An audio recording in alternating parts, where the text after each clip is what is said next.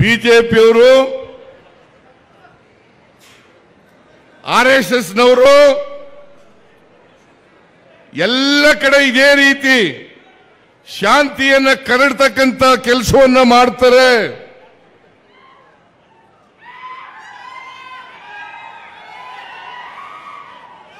ಸಮಾಜದಲ್ಲಿ ಬೆಂಕಿ ಹಚ್ಚತಕ್ಕಂತ ಕೆಲಸವನ್ನ ಮಾಡ್ತಾರೆ. ಸಮಾಜವನ್ನು ಒಡಿತಕ್ಕಂತ ಕೆಲಸವನ್ನ ಮಾಡ್ತಾರೆ. ನಾವು ಈ ಬಿಜೆಪಿಯವರ ಗೊಡ್ಡು ಪ್ರಯತ್ನಗಳಿಗೆ ಎದುರಲ್ಲ.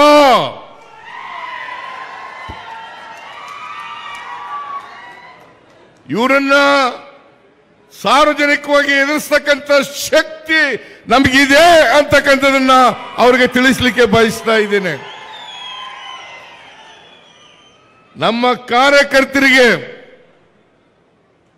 ನಾವು ಆರ್ಎಸ್ಎಸ್ನವರನ್ನ ಬಿಜೆಪಿಯವರನ್ನ ನೋಡ್ಕೊಳ್ಳಿ ಅಂತ ಹೇಳಿದ್ರು ಸಾಕು, ಅವರು ಬಾಲ ಬಿಚ್ಚಲಿಕ್ಕೆ ಸಾಧ್ಯ ಇಲ್ಲ.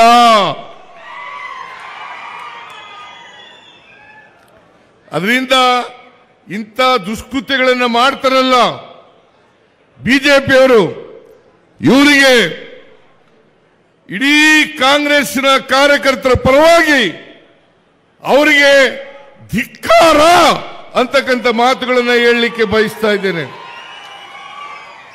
ನಾಚಿಕೆ ಆಗಲ್ಲ ನಿಮಗೆ? ಬೆಲೆ ಏರಿಕೆ ಇವತ್ತು ಕಾರಣಕರ್ತರು ಯಾರು? ಬೆಲೆ ಏರಿಕೆ ಇವತ್ತೇನಾದ್ರೂ ಆಗಿದ್ರೆ 2014ರಲ್ಲಿ ಚಿನ್ನದ ಬೆಲೆ 28,000 ರೂಪಾಯಿ ಇತ್ತು. ಇವತ್ತು 1,00,000 ರೂಪಾಯಿ ಆಗಿದೆ. 1,00,000 ರೂಪಾಯಿ ಆಗಿದೆ. ಇದಕ್ಕೆ ಯಾರು ಕಾರಣ? ನಾವು ಕಾರಣನಾ? ಕಾಂಗ್ರೆಸ್ನವ್ರ ಕಾರಣನಾ? ಇದಕ್ಕೆ ಕಾರಣ ನರೇಂದ್ರ ಮೋದಿ ಮತ್ತು ಬಿಜೆಪಿ, ಅಮಿತ್ ಶಾ ಕಾರಣ ಅಂತಕ್ಕಂಥದನ್ನ ಹೇಳಲಿಕ್ಕೆ ಬಯಸ್ತಾ ಇದ್ದೇನೆ. ಜೈ ಕಾಂಗ್ರೆಸ್, ಜೈ ಜೈ ಕಾಂಗ್ರೆಸ್, ಜೈ ಬಾಪು, ಜೈ ಭೀಮ್, ಜೈ ಸಂವಿಧಾನ್.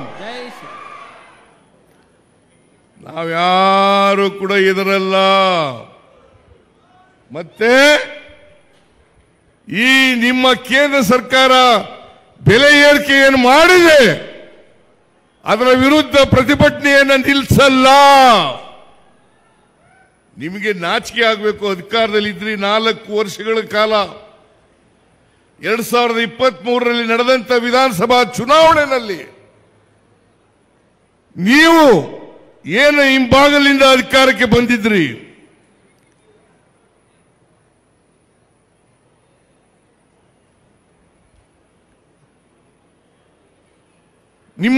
ನಿಮ್ಮನ್ನ ಸೋಲಿಸಿ 136 ಸ್ಥಾನಗಳನ್ನು ನಮಗೆ ಕೊಟ್ಟರು.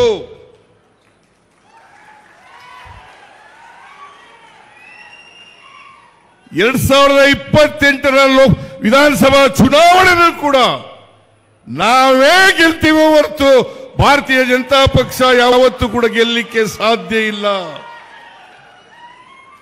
ನೀವು 2008, 2018, 2023 ಯಾವಾಗ ಜನರ ಆಶೀರ್ವಾದವನ್ನು ಪಡೆದು ಅಧಿಕಾರಕ್ಕೆ ಬಂದಿದ್ರಿ ಹೇಳಿ ನೋಡೋಣ.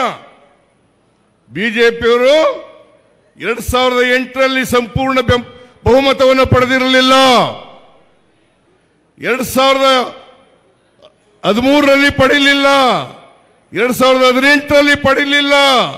2023ರಲ್ಲಿ ಪಡೆಯಲಿಲ್ಲ. ನೀವು ಆಪರೇಷನ್ ಕಮಲದ ಮೂಲಕ ಅಧಿಕಾರಕ್ಕೆ ಬಂದು ಈ ದೇಶವನ್ನ ಹಾಳು ಮಾಡಿ, ಸಮಾಜವನ್ನ ಛಿದ್ರ ಮಾಡಿ, ದ್ವೇಷವನ್ನ ಹುಟ್ಟಾಕಿ, ನಿಮ್ಮ ಕೆಲಸ ಇದನ್ನು ಬಿಟ್ಟರೆ ಬೇರೆ ಏನ್ ಮಾಡಿದಿರಿ ನೀವು? ನೋಡೋಣ, ಹೇಳಿ ನೋಡೋಣ, ಏನ್ ಮಾಡಿದಿರಿ ನೀವು? ಭಾರತೀಯ ಜನತಾ ಪಕ್ಷ ಇದೆಯಲ್ಲ, ಸಮಾಜವನ್ನ ಒಟ್ಟುಗೂಡಿಸ್ತಕ್ಕಂಥ ಪಕ್ಷ ಅಲ್ಲ. ಸಮಾಜದಲ್ಲಿ ದ್ವೇಷವನ್ನ ಬಿತ್ತಿ ಸಮಾಜವನ್ನು ಒಡೆಯತಕ್ಕಂಥ ಪಕ್ಷ, ಬಡವರ ವಿರೋಧಿಗಳ ಪಕ್ಷ, ರೈತರ ವಿರೋಧಿಗಳ ಪಕ್ಷ, ಯುವಕರ ವಿರೋಧಿಗಳ ಪಕ್ಷ, ದಲಿತರ ವಿರೋಧಿಗಳ ಪಕ್ಷ, ಅಲ್ಪಸಂಖ್ಯಾತರ ವಿರೋಧಿಗಳ ಪಕ್ಷ. ನಾಚಿಕೆ ಆಗಲ್ಲ ನಿಮಗೆ? ನಾಚಿಕೆ ಆಗಲ್ಲ? ನಾವು ಪ್ರತಿಭಟನೆ ಮಾಡ್ತಕ್ಕಂಥ ಜಾಗಕ್ಕೆ ಬಂದು ಇಲ್ಲಿ ನೀವು ಸಭೆಯನ್ನು ಹಾಳು ಮಾಡ್ತಕ್ಕಂಥ ಪ್ರಯತ್ನವನ್ನು ಮಾಡಿದ್ರೆ ಇದಕ್ಕೆಲ್ಲ ನಮ್ಮ ಕಾರ್ಯಕರ್ತರು ಬಗ್ಗಲ್ಲ, ದಕ್ಕಲ್ಲ, ಎದರಲ್ಲ ಅಂತಕ್ಕಂಥ ಮಾತುಗಳನ್ನು ಹೇಳಲಿಕ್ಕೆ ಬಯಸ್ತಾ ಇದ್ದೇನೆ. ಈಗ ಅವ್ರ ಬಗ್ಗೆ ತಲೆ ಕೆಡಿಸ್ಕೊಳ್ಳೋದು ಬೇಡ. ನಾವು ಪ್ರತಿಭಟನೆಯನ್ನು ಮುಂದುವರಿಸೋಣ. ಕಾಂಗ್ರೆಸ್ ಪಕ್ಷ ಯಾವತ್ತೂ ಕೂಡ ಸಂವಿಧಾನವನ್ನು ರಕ್ಷಣೆ ಮಾಡತಕ್ಕಂಥ ಪಕ್ಷ. ಈ ದೇಶಕ್ಕೆ ಸ್ವಾತಂತ್ರ್ಯ ತಂದುಕೊಟ್ಟವರು ಯಾರು? ಬಿಜೆಪಿಯವರ, RSSನವರ, ಹಿಂದೂ ಮಹಾಸಭಾದವರ? ಕಾಂಗ್ರೆಸ್ಗೆ ಸ್ವಾತಂತ್ರ್ಯವನ್ನು ತಂದುಕೊಟ್ಟದ್ದು 1947ರಲ್ಲಿ ಮಹಾತ್ಮ ಗಾಂಧೀಜಿಯವರ ನೇತೃತ್ವದಲ್ಲಿ ನಡೆದಂತ ಹೋರಾಟದ ಫಲ.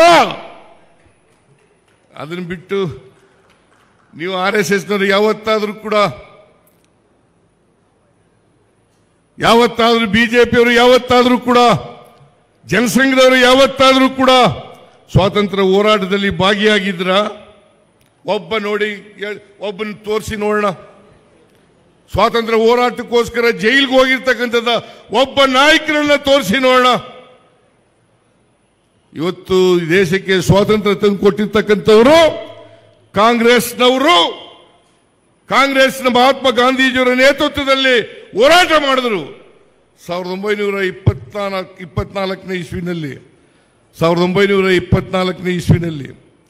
ಇಲ್ಲಿ AICC ಸಭೆ ನಡೆಯಿತು, ವರ್ಕಿಂಗ್ ಕಮಿಟಿ ಸಭೆ ನಡೆಯಿತು. ಅದಕ್ಕೆ ಅನುಗುಣವಾಗಿ ನಾವು 100 ವರ್ಷ ತುಂಬುತ್ತಲ್ಲ ಅಂತೇಳಿ ಇಲ್ಲಿ ನಾವು ದೊಡ್ಡ ಸಮಾವೇಶವನ್ನು ಮಾಡಿದ್ರು. ಅವತ್ತೇ ಮನಮೋಹನ್ ಸಿಂಗ್ರವರು ಕಾಲ ಆದರು. ಆದ್ದರಿಂದ ಹೆಚ್ಚು ದೊಡ್ಡ ಸಂಖ್ಯೆಯಲ್ಲಿ ಮಾಡಲಿಕ್ಕೆ ಆಗಲಿಲ್ಲ. ನಾವು ಇನ್ನೊಂದು ದಿನ ಮಾಡೋದು. ಆದರೆ ಬಿಜೆಪಿಯವರು ಯಾವತ್ತಾದರೂ ಒಂದು ದಿನ ಸ್ವಾತಂತ್ರ್ಯ ಹೋರಾಟದಲ್ಲಿ ಭಾಗವಹಿಸಿರ್ತಕ್ಕಂಥ ಒಂದು ನಿದರ್ಶನ ಇಲ್ಲ. ಏನ್ ಬಹಳ ದೇಶ ಪ್ರೇಮದ ಬಗ್ಗೆ ಬಹಳ ಮಾತಾಡ್ತಾರೆ.